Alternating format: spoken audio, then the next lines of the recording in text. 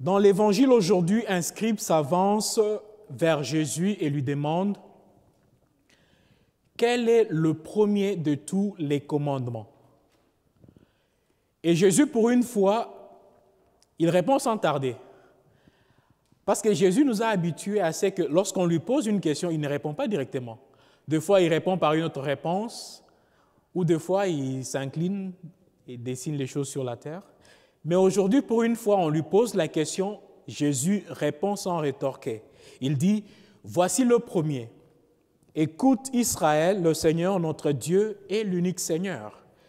Tu aimeras le Seigneur ton Dieu de tout ton cœur, de toute ton âme, de tout ton esprit et de toute ta force. Et voici le second, tu aimeras ton prochain comme toi-même. Il n'y a pas de commandement plus grand que cela. » Demandez quel est le premier de tous les commandements, la réponse est pour répondre une seule chose. Jésus dit qu'il y a deux commandements qui sont premiers. Et regardons bien ces deux commandements. Le premier commandement, c'est « tu ». Je savais que vous allez répondre ça.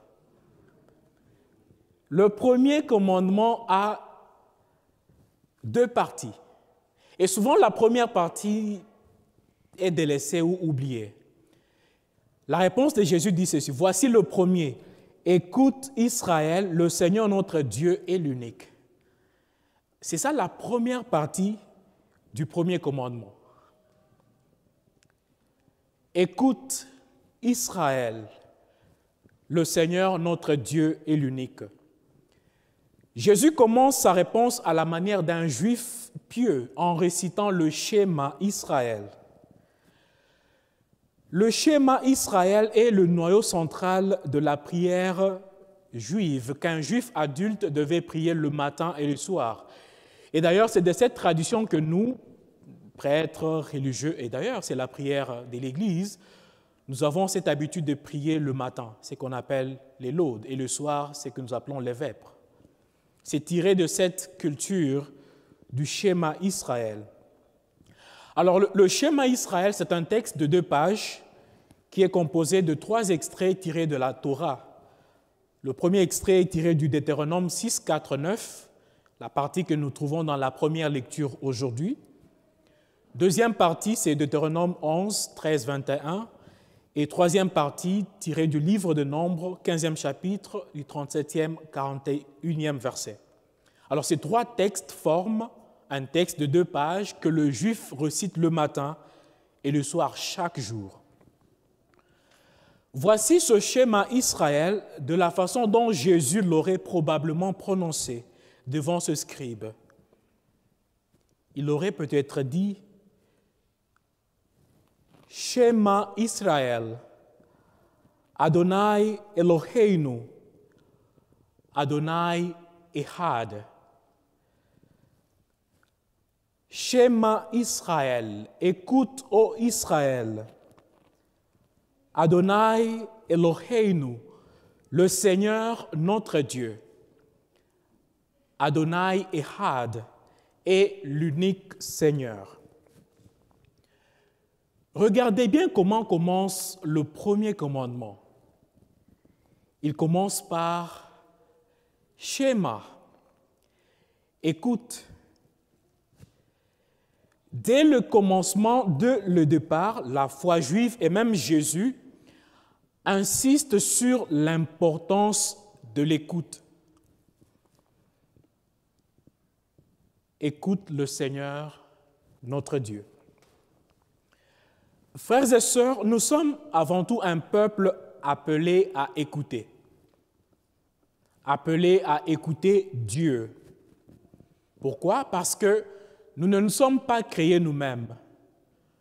Nous ne nous sommes pas catalogués nous-mêmes. Dès lors que nous sommes créés par un autre être, nous ne pouvons pas écrire notre histoire sans référence à ce Créateur. Et nous ne pouvons pas tracer notre avenir sans encore référence à ce Créateur. Et c'est cela le danger de la société moderne, et j'ai déjà prêché sur ces dangers, le fait que dans nos sociétés actuellement, c'est que je suis homme, je suis femme, je suis libre, j'écris ma propre histoire dans les termes qui me plaisent. Tout cela est contre le schéma Israël, est contre « Écoute, ô Israël ». Nous sommes forgés par Dieu et nous sommes constamment appelés par ces dieux qui veut que nous lui prêtions notre oreille. Mais est-ce que nous savons écouter? Est-ce que nous écoutons Dieu quand il parle? Joseph Michel Antoine Servan, c'est un magistrat, écrivain, juriste, mais aussi criminaliste et philosophe français. Il dit « Le monde est plein de gens qui veulent apprendre, mais ne veulent point écouter. » Le monde est plein de gens qui veulent apprendre, mais ne veulent point écouter. Est-ce que, comme disciples, nous écoutons le Seigneur? Le peuple d'Israël n'a pas su aussi écouter le Seigneur. Et à plusieurs reprises, les prophètes sont intervenus pour les inviter à entendre la parole de Dieu et à revenir vers lui. L'histoire du peuple de Dieu de l'Ancien Testament est aussi la nôtre. Oui, nous venons à la messe. Oui, nous lisons les prions en Église, par la Bible. Oui, nous écoutons des homélies. Mais est-ce que nous disposons notre cœur à écouter le Seigneur qui nous parle chaque jour? Ou simplement nous nous limitons à juger ou à apprécier. Oh, ça c'était une bonne lecture, ça c'était une belle homélie. Mais est-ce que nous écoutons? À la fin de l'évangile aujourd'hui, Jésus dit une phrase là qui est pleine de sens. Il dit aux Juifs que tu n'es pas loin du royaume des cieux. Parce que le Juif a bien répondu, a bien compris ce que le Christ disait. Mais Jésus dit qu'il y a beaucoup de choses à faire. Tu n'es pas loin du royaume, ça ne veut pas dire que tu es dans le royaume. Il y a encore des conditions à réaliser pour entrer dans ce royaume. Comprendre ce que le Seigneur dit et le réaliser. Ce n'est pas par hasard que le Seigneur Jésus commence le premier commandement en insistant sur l'écoute, en recitant le schéma Israël. Ce n'est pas par hasard.